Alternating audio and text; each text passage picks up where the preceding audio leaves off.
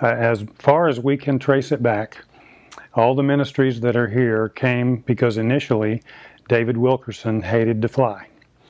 Many of you may have seen the picture in the New York Times of David Wilkerson back in the old days. He showed up, a wild Pennsylvania preacher with his Bible, showed up in a courtroom to come to the defense of some New York City gang members. And the media was so tickled by that they took pictures of him and plastered it all over the front page. As a result of that, David became well known. A number of those gang members gave their hearts to the Lord. One named Nicky Cruz in particular, and David wrote a book about it called The Cross and the Switchblade, which was a national bestseller. And as a result of that book, David began to have many opportunities to speak around the nation, particularly in Southern California. So he was interested in finding a location a little more central than New York, and this area turned out to be the place that he settled. He came here in the early to mid 70s, bought 500 acres over on Highway 16, which is called Twin Oaks Ranch, and opened a teen challenge, one of several here in this area. History is very important. I've heard it said many times, if you don't know where you've come from, you don't know where you're going. And I think history serves as a good weather vane of where we were in the past, and it points forward to where we need to go. And without the forward, your history it's all it is, history. My good friend Leland Paris, who used to be the director of the Americas for YWAM, invited me to come in here and meet on this property, on the Agape Force property, with David Wilkerson, Tony Salerno.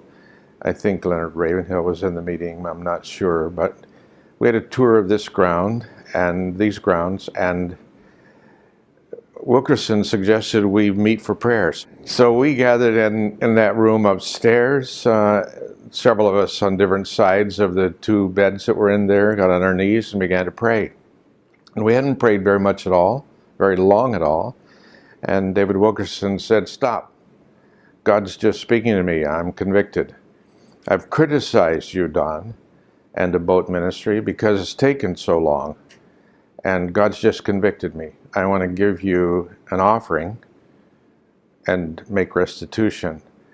Dion and I were discussing this morning how much it was. I'm not exactly sure, but I think it was $20,000. And that spoke to me about the heart of the man, David Wilkerson. But folks, the man who really wins the battle, the man who's ready to face anything that the devil throws out of hell, is the man or woman that's been studying God when there's no crisis, when everything is well, when there seems to be blessing and prosperity. That man is diligent before God and seeks His face. A praying man is as bold as a lion. There's no demon, there's no devil in hell that'll scare him. What God desires more than anything, and I think what blesses the heart of God in heaven, is that those in their good times when all is well, they're not parked in front of a television set watching some filth. They're not foolishly laughing at some program. They are taking special loving time alone with God. They're praying for their families, building up faith for the hour of tribulation. They're seeking the face of God. And your family is in trouble. If you're not a praying man, no amount of preaching, no amount of teaching, no amount of counseling, nothing going to get through to you, nothing going to do the job until you yourself get on your face before God and lay hold of heaven. Keep us on our face. God, keep me broken. God, keep this church broken.